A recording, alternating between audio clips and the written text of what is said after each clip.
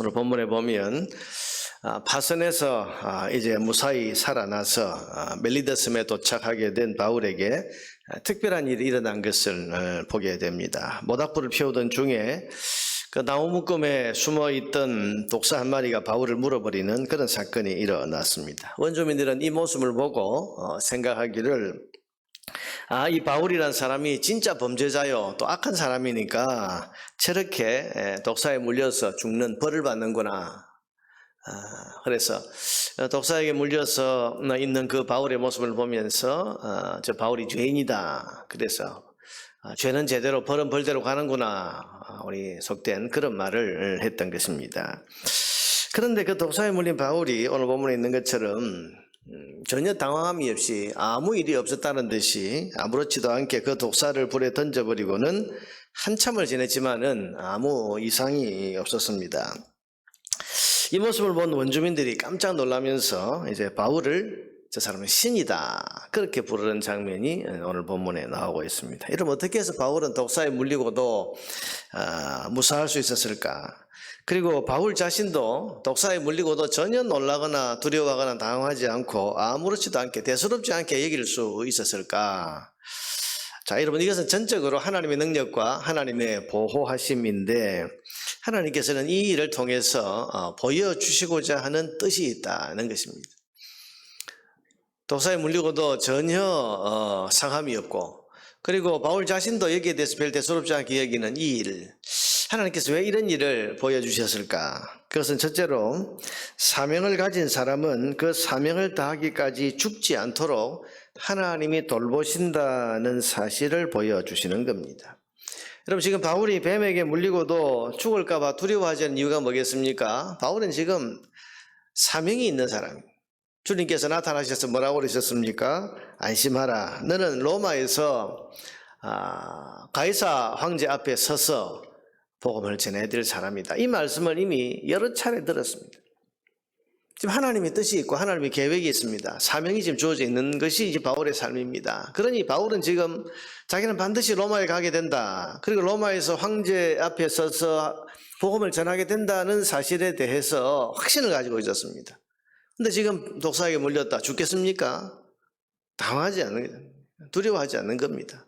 내가 지금 사명이 있는 사람이고, 내가 하나님께서 나를 로마에 가서 황제 앞에 서서 복음을 전하도록 그렇게 뜻하신 그 소위 뜻이 있는 하나님의 계획이 있는 그런 몸인데, 내가 지금 이런 일로 여기서 죽을 수 있겠냐?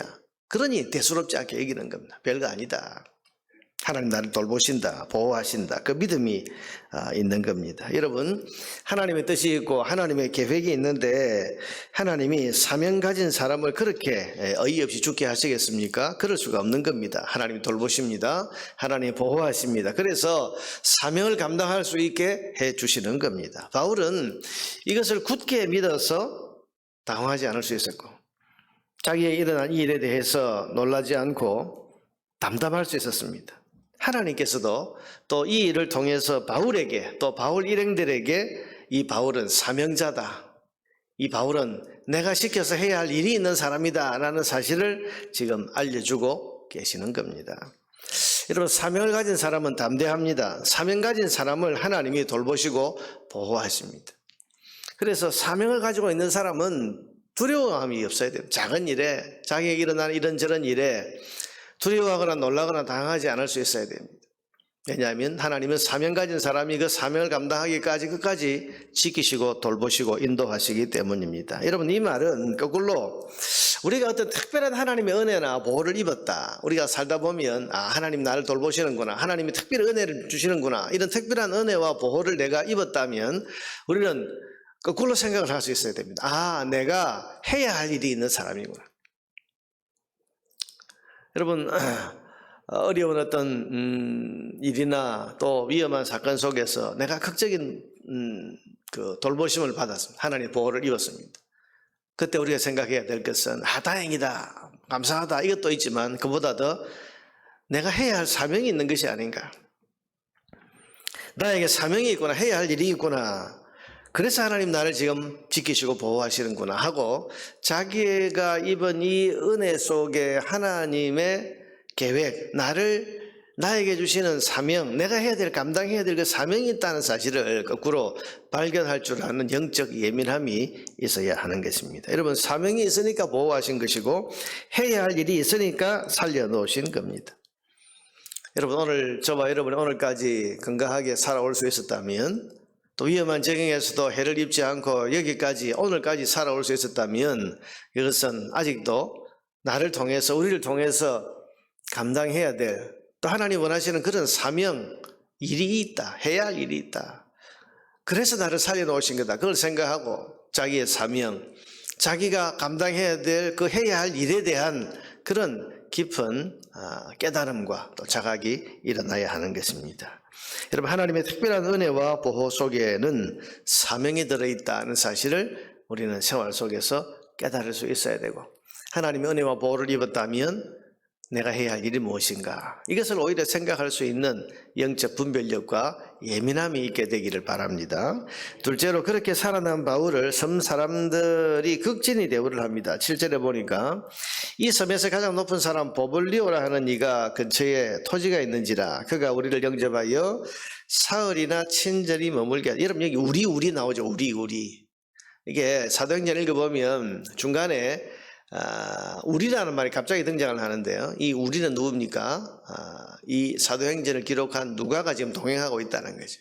그래서 우리라고 하는 것은 이제 누가가 바울과 동행하기 시작할 때부터 이제 우리라는 말이 등장을 하는데, 이걸 보면 지금 여기에 누가도 함께 동행하고 있는 것을 우리가 알 수가 있습니다. 그가 우리를 영접하여 사흘이나 친절히 머물게 하더라. 그래서 여기 예전 성경에는 추장이라고 번역이 되어 있는데, 이 원주민들의 최고 지도자인 이 보블리오라는 사람이 극진히 이 바울 일행을 대접을 하고 환대를 하는 겁니다. 이때 바울은 친절을 베푼 이 보블리오의 부친이, 아버지가 열병과 이질의 질병에 걸려 있는 것을 보고는 찾아가서 기도하고 안수해서 낫게 해줍니다. 자, 여러분, 이 능력도 바울의 능력이 아니고 하나님, 바울의 기도를 들으신 하나님의 치유인데, 이 치유를 통해서 하나님 보여주십니다. 뭘 보여주십니까? 하나님은 사명자, 하나님의 일을 하는 이 하나님의 사자를 환대하고 극진하게 대우하는 사람에게 하나님이 선지자의 상을 주신다, 복을 주신다는 사실을 지금 보여주시는 겁니다. 사명자를 환대했더니 하나님이 그 사명자를 환대한 사람에게 복을 주시는 것을 지금 보여주심으로써 하나님이 자기의 사명자를 얼마나 아끼시는가를 지금 이 사건을 통해서 온 멜리데 사람들에게 보여주시는 거죠. 예수님이 약속하셨습니다. 선지자의 이름으로 선지자를 영접하면 선지자의 상을 받게 될 것이다. 70년 전도대로 보내시면서 주님께서 약속하셨습니다. 너희가 지금 복음 들고 지금 전도하러 나가는데 너희를 선지자이기 때문에, 하나님의 말씀을 받아서 전하는 사람이기 때문에 환대하면, 선지자 이름으로 영접하면 그 사람에게 선지자의 복을 주겠다. 그렇게 약속을 하셨습니다. 이 약속은 그만큼 하나님은 하나님의 사명 맡은, 하나님의 일을 하는 사람을 아끼시고 귀하게 여기신다는 사실을 지금 보여주는 겁니다. 하나님 사명자를 아끼시는 거죠. 그래서 그를 축복하는 자를 축복해 주시고, 그를 환대하는 자에게 하나님의 환대를 해 주시는 겁니다. 여러분, 하나님은 사명받은 자를 도우십니다. 돌보십니다. 보호하십니다. 함께 하십니다. 뿐만 아니라 묵묵히 사명을 따라 살면 그 사명자, 그가 축복하는 사람에게 하나님 복을 주시고, 또 그 사명자, 그를 환대하는 사람에게 하나님이 복을 주심으로써 하나님이 하나님의 사명을 맡은 이 사명자를 아끼고 사랑하시는 것까지 지금 보여주시는 것입니다. 그러니 여러분, 사명자로 산다는 것이 얼마나 기쁘고 얼마나 복된 일인지 모릅니다. 사명을 받아서 주의 일을, 해야 할 일을 지금 감당할 책임이 있다는 것이, 이게 이런 무거운 짐이 아니라 이게 얼마나 기쁘고 얼마나 감사하고 얼마나 행복한 일인지 모릅니다. 하나님이 그 사명자를 돌보시고 하나님이 그 사명자와 함께 하시니까. 오늘 본문에 나와 있는 것처럼 해를 당해도 해를 입지 아니하도록 하나님께서 지키시고 돌보시고, 사명자 때문에 그런 겁니다. 또 그를 환대하는 사람에게 하나님이 하나님의 환대를 그 사람에게 또 베풀어 주셨어. 하나님이 그 사명자를 얼마나 사랑하시는가 이걸 또 보여주시고, 그러니 여러분 사명자로 산다는 것이 얼마나 기쁘고 복된 일이겠습니까? 여러분 사명자로 사는 것을 기뻐하고 감사하시기를 바랍니다. 주의 일을 맡아서 내가 하고 있다, 내가 해야 할 책임과 사명이 있다. 여러분 이것은 우리에게 때로는 좀 무거운 짐이 될 수도 있지만, 그러나 짐보다 더 귀한 하나님의 복이 있다는 사실을 우리는 믿어야 됩니다. 목사 안수를 받을 때 안수식 순서 중에 축사라는 것이 있습니다. 선교사 파송 예배에서 보면 또 축사라는 것이 있고, 또 우리 교회에 뭐 장로, 집사, 권사 임직을 할 때도 축사라는 시간이 있잖아요. 가만히 보면 직분을 맡는 것이 무거운 부담이 되기도 하고 짐이 되기도 하는데, 뭐 격려사나 권면 정도는 있을 수 있지만 축사가 항상 들어간다.